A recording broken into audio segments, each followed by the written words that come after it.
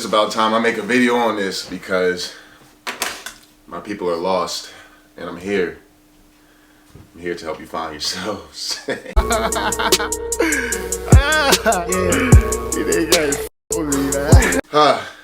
we're going to talk about money. I know it's a lot of low-key pocket watchers. What's going on, everybody? My name's Eli and welcome back to my YouTube channel. If you're new to the channel, I'm a second-year dental student at Boston University Goldman School of Dental Medicine. Wow, almost 30 now. On this channel, I make dental school vlogs as well as videos with advice for pre-dents. So if that's something that interests you, please make sure you like, comment, subscribe, and share the channel with anyone else that may find it interesting. Now let's get into the video. It's around that time. It's already May, which means new students are about to start dental school. And this video is mainly for those people entering dental school, but also like dental students that just haven't figured it out yet. We're going to talk about budgeting in dental school. A lot of people recently have been asking me about like how loans work, how grad plus loans work, trying to figure out where they're going to live, what they can afford, etc. So I figured I would just make a quick video showing you guys how I budget my dental school loans, and hopefully this will help you all. Of course, this goes without saying, but if you haven't, I highly recommend that you start calculating all your expenses that you may accumulate over the semester. This video hopefully will help you figure out some of that stuff, and just make you a little semester budget that'll help you figure out how much you need for your refund check, how much you're going to end up spending to live, eat, all that. Now, if you're entering medical school, law school, whatever it may be, this video may be helpful to you as well. It's kind of a general video. But did you know that dental school in general is more expensive than med school? I mean, I'm sitting here looking at the 15 most expensive medical schools in the U.S. News Top 100. This article was published on September. I was about to say February. Wow. September 20th, 2022. The most expensive on this list is Case Western Reserve University for $68,788 a year. I know of multiple dental schools whose tuition is north of $100,000 a year. My dental school, personally, next year, the tuition will be $91,000. We're going to have a conversation. We need to have a conversation about this. But this video isn't to even delve into that. That's just a fun fact for the people that didn't know. Dental school is expensive. And you are accumulating a lot of loan money and interest. Even if you have some type of scholarship for school, you may not necessarily have money to cover your living expenses, whatever. So today we're going to talk about budgeting and how you can keep those expenses to a minimum so you're not paying all of that money back plus interest once you finally graduate after spending 8 long years in undergrad and dental school. And even if you don't do a residency, it'll be 8 years before you start making money to pay any of this stuff back, you know? So yeah, let's talk about it. So I'm going to talk about this budget that I have in front of me, and I'll put a screenshot on the screen so you guys can follow along with me. This year I used like a digital planner to kind of track my expenses, but I think for next year, for D3, I'm going to use this Excel sheet that I just spent a little bit of time making. Basically took all the expenses that I put in my digital planner, transferred it to the Excel sheet, kind of mapped out how much money I would need for the semester. I broke this Excel sheet down between the fall semester and the spring semester. I will note that on the spring semester, I forgot a few things like the money that I need to set aside to pay for boards, etc., etc. But if you look at this example of my fall semester budget, I broke things down into many different categories, but this is my general expenses that occur every month. So this is the money that I know I'm going to need every month, right? First category is the most important thing, rent, where I lay my head. I personally live alone for reasons like, I mean, I could get into it, but I really don't think it matters. It depends on person to person. I just think living alone gives me the peace of mind that I need, especially as someone that's 27 years old. I'm over roommates. It's kind of a deal breaker for me. I can't do roommates. I have Bad roommate stories from undergrad. Not really, but just like, my first roommate experience in undergrad was a disaster. Kind of been turned off to roommates since then. I was blessed enough to have a good group of friends to live with in undergrad after my first experience. But yeah. Anyway, I live in a studio apartment by myself in the city of Boston, one of the top three most expensive cities in the United States of America. It's up for debate, but at least top five without debate seems to be San Francisco, Los Angeles, New York, Boston, and Washington, D.C. So, my rent just went up like everyone else's rent in the city. I will be paying $23.46 per month. I put 2,400 in my budget just because I like to over budget a little bit, especially because like they'll charge, add like your water bill onto your rent. It's never exactly the rent price. So I put 2,400 for each month under the rent. The total for that for August, September, October, November, December, so for 5 months is $12,000. The next category over is EverSource. That's my electric bill. I base these numbers off of what I was charged last year. If you are entering dental school and you kind of don't know how much it's going to cost, I would just budget $100 or so per month. I know that in the summer my electric bill was higher, so I budgeted $150 for August.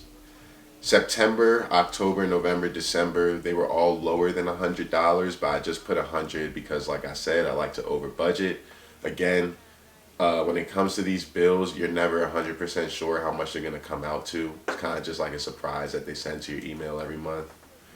A way you can save money, try to find an apartment complex that has everything included. I don't know if they do that, but if your school has some kind of arrangement, go ahead and do that.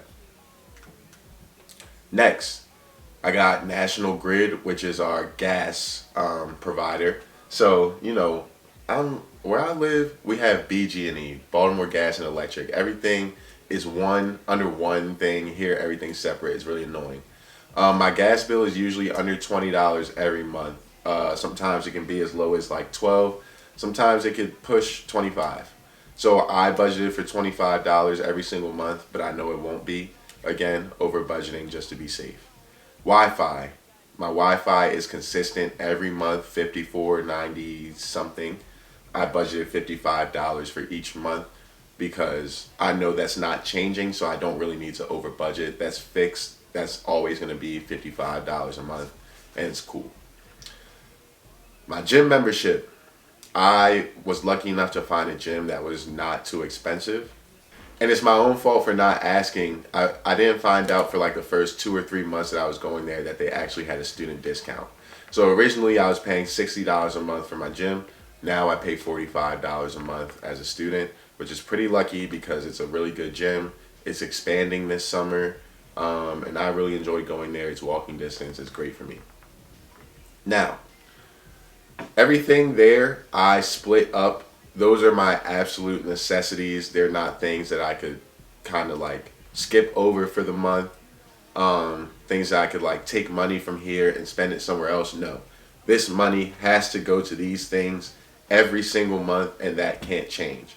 So I kind of budget that separately as a necessities budget, which you will see in the last column. And my necessities cost me about $2,682 per month. So for rent, gas and electric, Wi-Fi, and my gym membership, that's how much I need every single month.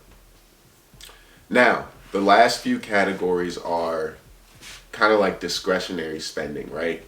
I have 3 credit cards. My Apple card, which I don't use, but my Apple Music and my iCloud gets charged to that. So that's the only expense occurring every month on that card, $7 a month, fixed. That's not really going to change. I don't use the Apple card. Interest rate is too high, etc., etc. I have another card, my bank card, which has my lowest interest rate. While I'm in school, I pay basically the minimum on that card every single month. I try not to use it too much, but because it has such a low interest rate, I'm not worried about overpaying on the card to get the credit down. My usage is pretty low already. Last section is my Discover card. that's a card that I ran up a little bit and I'm trying to pay it down. So I allocated $500 a month towards that. And I have another miscellaneous category where I give myself like $500 in spending money for the month. Because I have this miscellaneous spending category, I have to keep active track of how much I'm spending by using this budget and updating it repeatedly throughout the month. My goal is whatever I spend under $500 at the end of the month, I will make another payment on my credit card to help pay that down. When you combine all of my stuff, necessities and the discretionary spending stuff, I come out with a total of $3,832 per month. It's another $50 in the first month because I added $50 to my electric bill. In total, I need about $3,850 a month for those 5 months, which means I would need about $19,210 as my refund check. For the necessities only, I would need $13,210. Now my refund, when I go on to the student cost of attendance, and I'll put another screenshot of what our cost of attendance looks like up here. My refund is expected to be probably somewhere around like $15,000 to $16,000. My school has a program where you can appeal the cost of attendance and get additional money to your refund check if your costs do not match up with what's on the cost of attendance sheet. For example, my school allocates about $1,800 a month for rent. That's really only possible in Boston if you live with at least one roommate, probably two. So usually I have to fill out the cost of attendance appeal for that. But I will also mention that there's something that you didn't see in here, which is food. I don't have an income, so food stamps is something that I'm eligible for. That's why I don't put food in here, but if I do need more money than what they give me for my food stamps, I have to take money from the miscellaneous category. So those are just things to think about. You got to think about ways that you can save money while in school. Ways that I save money: public transportation, food stamps, Medicaid, etc. As someone with no income that's a student, these are things that you're allowed to use. My Wi-Fi bill is $30 off because I'm eligible for Medicaid or food stamps, one or the other. And yeah, I mean, like, I would probably have to make a whole separate video on how to necessarily like save money in dental school, or ways you can save money in dental school. I'm sure there's a lot of things that I'm personally not even hip to. Like, there's definitely other ways to save money, but those are some of the things I have. But this video is to focus specifically on how to budget your Grad Plus loan if you need to take one, scholarship money, whatever it may be. Organize your expenses from month to month, what you need.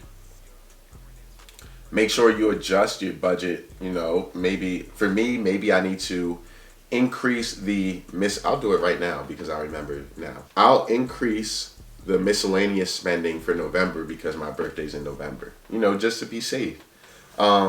December, Christmas is in December, so maybe I need to increase it a little bit for December too. I don't know. But that's, you know, let me just put that money in there now so I know that, you know, when the time rolls around, I have a little bit of cushion. My second semester budget looks exactly the same as the first semester one, so I don't need to really go through all of it. Besides me changing the price of the electric bill, nothing really changes between first and second semester, and the way our semesters are set up is it's July to May next year. So I only really have to budget until May, and then I'll get a new refund check at the end of May when my D4 year starts next year. That's basically it. If you have any questions about like budgeting, specifically about budgeting in dental school, how to create a budget, different ways to save money or anything like that, just leave a comment under this video and I'll definitely get back to you. I hope that this video was explanatory in how you could budget to make sure you allocate your loans properly. If you do not know about the Grad Plus loan, I am no loan officer. I really wish I could do a better job of explaining it to you, but I highly recommend you contact the Office of Financial Aid at whichever school you're attending. These numbers can look very different depending on where you're attending school. Like I said, my tuition at school is $91,000. The tuition at a state school might be $30,000. It's very different. So make sure you contact the financial aid department at your school and make sure you get everything squared away the right way. Other than that, this video is kind of pretty quick. There wasn't too much to talk about, but I hope it was helpful, and I hope I conveyed the ideas I meant in the correct way. But yeah, if you have any questions, just leave it under the video. I'll make sure to respond to you, and I'll see y'all in the next video. Peace.